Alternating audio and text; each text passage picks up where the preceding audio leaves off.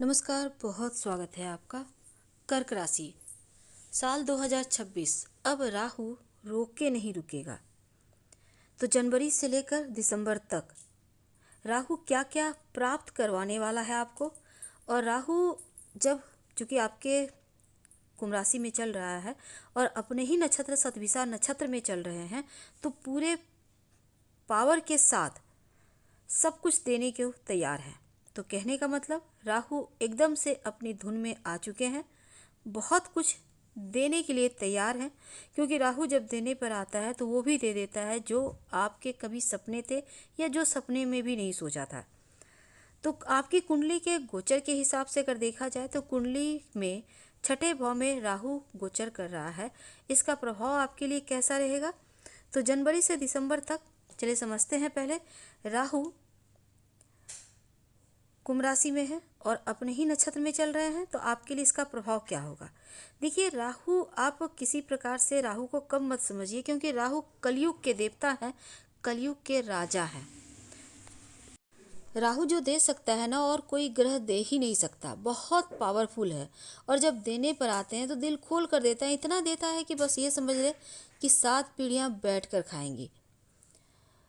और राहु जब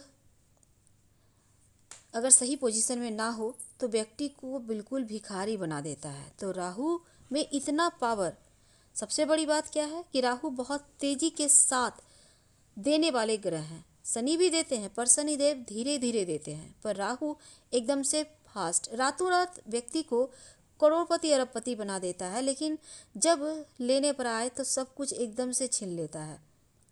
तो साल 2025 में बहुत कुछ जैसे आपके ऊपर, वैसे तो शनिदेव की ढैया साल 25 की शुरुआत में थी, उसके बाद समाप्त हो चुकी है, लेकिन राहु की स्थिति के कारण थोड़ी सी मुश्किल थी। पर 23 नवंबर 2025 को राहु अपने ही नक्षत्र शतभिषा नक्षत्र में आ चुके हैं और यहाँ से उनका खेल, या कह सकते हैं वो पूरी तरह से आज़ाद होकर, पूरी तरह से पावर में आकर अब खेल प्रारंभ कर चुके हैं। तो आप समझते हैं कि वो देने की तैयारी तो कर चुके हैं, लेकिन वो देंगे क्या। देखिए, राहु के पास 3 दृष्टि है, 5वीं, 7वीं और 9वीं दृष्टि। 3 दृष्टियों को जहाँ जहाँ जिस घर को देखेंगे उस घर को बलवान बना देंगे, बलशाली बना देंगे। राहु के साथ में ना तो मंगल ही रहना चाहिए, ना सूर्य, ना ही चंद्र, नहीं तो इसका प्रभाव उल्टा भी मिलने लगता है।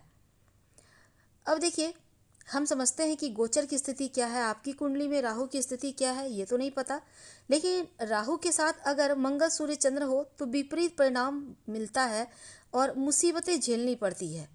लेकिन राहु के साथ अगर शनि, शुक्र, बुध बैठ जाए तो अच्छा परिणाम मिलता है। तो उनकी पहली दृष्टि आपके 12वें घर को देख रहा है। 12 भाव को जब राहु देखता है तो विदेश से जुड़ी, यहाँ पे कह सकते हैं विदेश का भाव है, तो विदेश से जुड़ी चीज़ों में लाभ देता है। विदेश जाने के योग बनते हैं, विदेशी भूमि से अच्छे लाभ होते हैं, इंपोर्ट एक्सपोर्ट के कारोबारी हैं तो लाभ होगा। कोर्ट कचहरी के मामलों में बढ़िया रिजल्ट आएगा, आपके पक्ष में रिजल्ट दिखेगा। तो जो कुछ राहु करवा सकता है वो आपके पक्ष में करवा देगा। खासकर विदेश से जुड़ी कोई अच्छी जगह शिफ्ट भी करवाता है। ज़्यादातर राहु विदेशी ज़मीन पर या पढ़ाई के ही लिए सही, पर राहु आपको घर से दूर भेज कर रहता है। तो ये जो शुरुआत का वक्त है, राहु आपको विदेशी धरती से लाभ देता दिखाई दे रहा है। उनकी एक दृष्टि आपके धन भाव पर है, दूसरे घर पर है। तो धन के भाव को राहु को देखेगा तो लॉटरी, जुआ, सट्टा से आपको लाभ देगा। अष्टम भाव में बैठे हैं राहु। शेयर मार्केट या मार्केटिंग, कहीं ना कहीं से आप अगर पैसा इन्वेस्ट करके रखे हैं तो वहाँ से एकदम से ग्रो करते रिजल्ट आते दिखेंगे, धन आता दिखेगा। धन आने के नए स्रोत बनेंगे। अचानक से लॉटरी, जुआ, सट्टा से आपको लाभ होगा। आपने अगर घर में कुछ खरीद कर भी रखा है तो वो अचानक से बढ़ता दिखेगा। तो राहु यहाँ पर ये काम करेगा कि आपको रातों रात धनवान बना देगा। राहु की पोजीशन यहाँ पर गोचर में अच्छी है, धन भाव को देख रहे हैं, मतलब धन आने के स्रोत बढ़ते दिख रहे हैं। उनकी जो 9वीं दृष्टि है वो आपके माँ के घर में, यानी कि चौथे घर में है। चौथा घर माता का घर। अब यहाँ पर राहु, उनकी दृष्टि 9वीं दृष्टि है।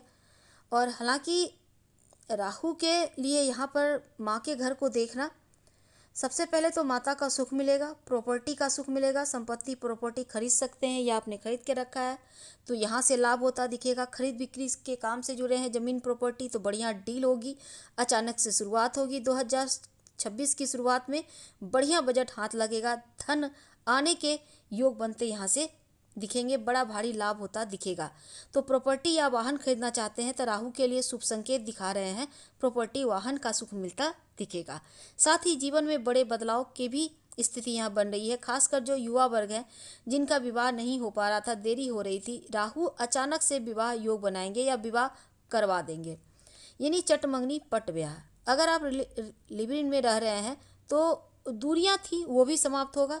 परिवार कुटुंब की तरफ से भी शुभ संकेत यहाँ पर बनते दिख रहे हैं। तो साल 2026 में शनिदेव का प्रभाव आपके ऊपर क्या पड़ेगा? देखिए, आपके लिए कह सकते हैं कि साल 2026 शनिदेव की दृष्टि से आपका गोल्डन पीरियड शुरू हो चुका है। बिजनेस करते हैं या जॉब करते हैं, आपकी स्थिति पहले से बेहतर रहेगी।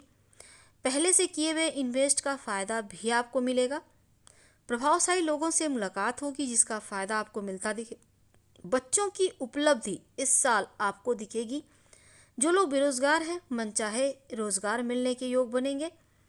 138 दिन शुभ फलों में थोड़ी कमी आएगी क्योंकि 27 जुलाई 2026 से 11 दिसंबर 2026 के बीच कर्क राशि के जीवन में थोड़ा उतार चढ़ाव रह सकता है। इसके बाद परेशानी नहीं होगी।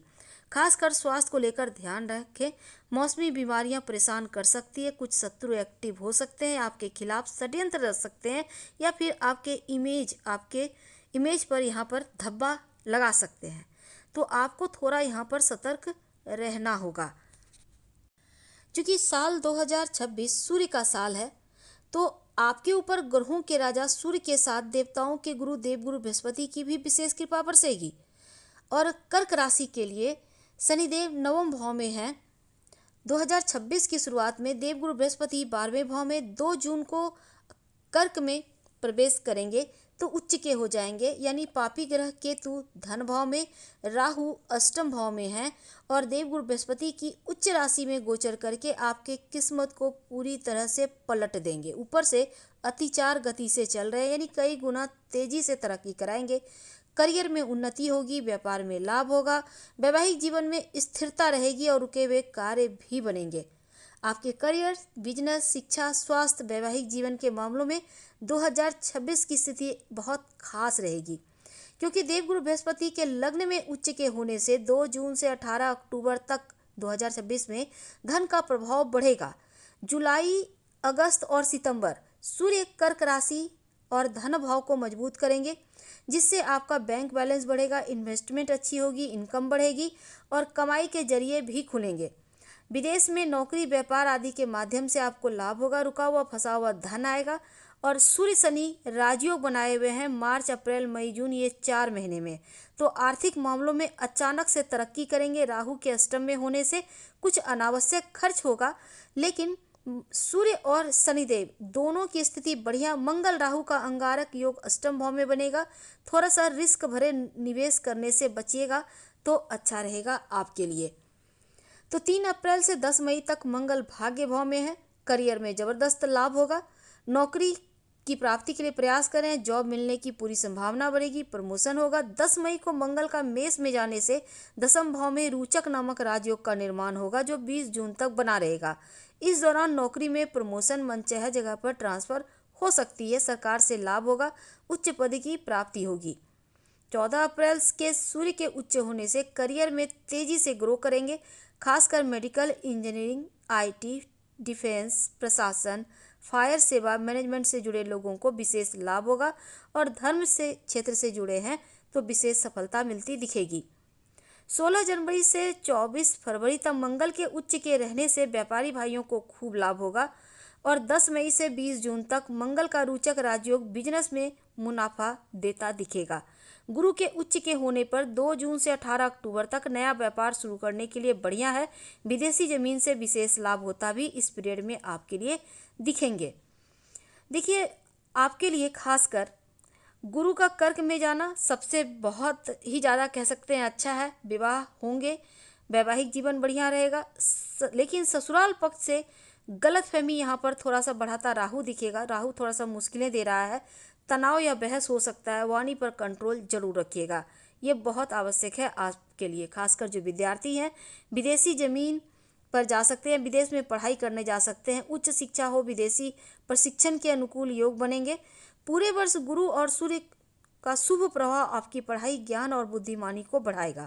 स्वास्थ्य की बात करें तो इस वर्ष जो है मानसिक स्थिति बढ़िया है और पुराने जो भी स्वास्थ्य की मुश्किलें थी उससे भी राहत मिलेगी। थोड़ा सा आप हाथों में दर्द या फिर कंधे पीठ में दर्द है, इसका ध्यान रखिए तो अनुकूल रहेगा।